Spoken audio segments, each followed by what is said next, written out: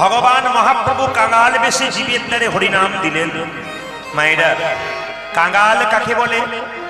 কাঙাল কাকে বলে মা? গাড়ি বাড়ি টাকা পয়সা ধন দৌলত থাকবে তাকে কাঙাল বলা হয় না, আর যে পথে ভিখারির মতো ঘুরে বেড়াচ্ছে তাকে কাঙাল বলে তা নয়। কাঙাল হচ্ছে তারা গাড়ি বাড়ি টাকা পয়সা ধন দৌলত সব থাকবে, কিন্তু মনটাকে যে কাঙাল করতে পেরেছে একমাত্র ভগবানকে সেই পাবে।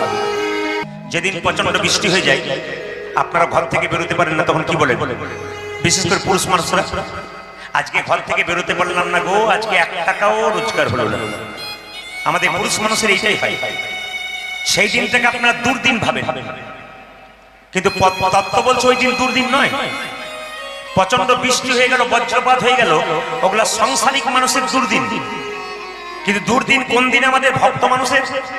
যেদিন সারা দিনের মাথায় একবার কৃষ্ণ কথা বলতে না পারি, যেদিন সারা দিনের কথা একবার হরিনাম না করা যায়, ভগবানকে প্রণাম না করা যায়, সেদিন হচ্ছে দুর্দিন। এটা আপনারা জেনে নেবেন, এইটা হচ্ছে আমাদের জীবনের দুর্দিন। তাই প্রতিদিন সকাল থেকে সন্ধে পর্যন্ত 3 বার অন্তত ভগবানের নাম করবেন। আমি জপ এবং ব্রতের কথা বলবো। যারা বলে জপ করতে নেই, ব্রত করতে নেই, উপবাস করতে নেই, আমি তাদের জন্য বলবো যজুর্বেদ বই পড়বেন। যজুর্বেদ, এতগুলো ক্যামেরা হচ্ছে, উইথ ক্যামেরা আমি বলে গেলাম।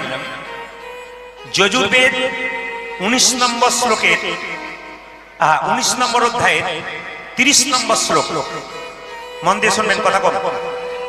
19 নম্বর অধ্যায়ে 30 নম্বর শ্লোক পরিষ্কার করে বলছে, যদি কেউ জপ তপ ব্রত করতে পারে জীবনে, তার আধ্যাত্মিক উন্নতি হয়, মনের উন্নতি হয়, দেহের শান্তি হয়, আত্মার উন্নতি হয়।